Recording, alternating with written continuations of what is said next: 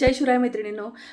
जून महिना म्हणजे फौजी लोकांसाठी सरप्राईजचा महिना आहे की काय असं मला वाटायला लागले. कारण बघा, एका फौजी दादाने मेसेज केलेला आणि मला माझ्या मिसेसला अॅनिव्हर्सरीचं सरप्राईज द्यायचं, त्यासाठी मला केक बनवून द्या म्हणून. त्यांनी जसा मला सांगितला तसा मी केक बनवून दिला त्यांना. तर तो कसा केक झालेला तो तुम्हाला मी दाखवतेच, पण त्याआधी एक मला सांगायचं तुम्हाला की म्हणजे काही जण म्हणतात की तुमच्याकडचा केक, होम बेकरचा केक जो असतो तो खूप कॉस्टली जातो म्हणून.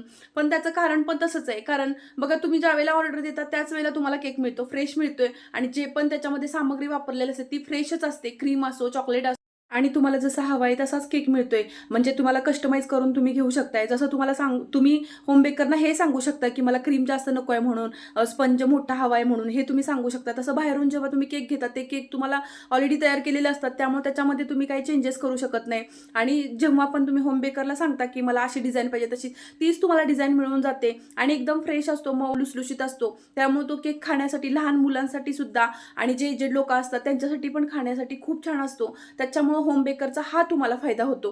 तर तुम्हाला पण असाच केक मागवायचा असेल तर मला DM नक्की करा आणि तुम्हाला व्हिडिओ आवडल्यास लाईक करा, शेअर करा, सबस्क्राईब करायला विसरू नका. आणि त्या फौजी दादांनी कसा केक मागवला त्यांच्या मिसेससाठी, चला मी तुम्हाला दाखवते.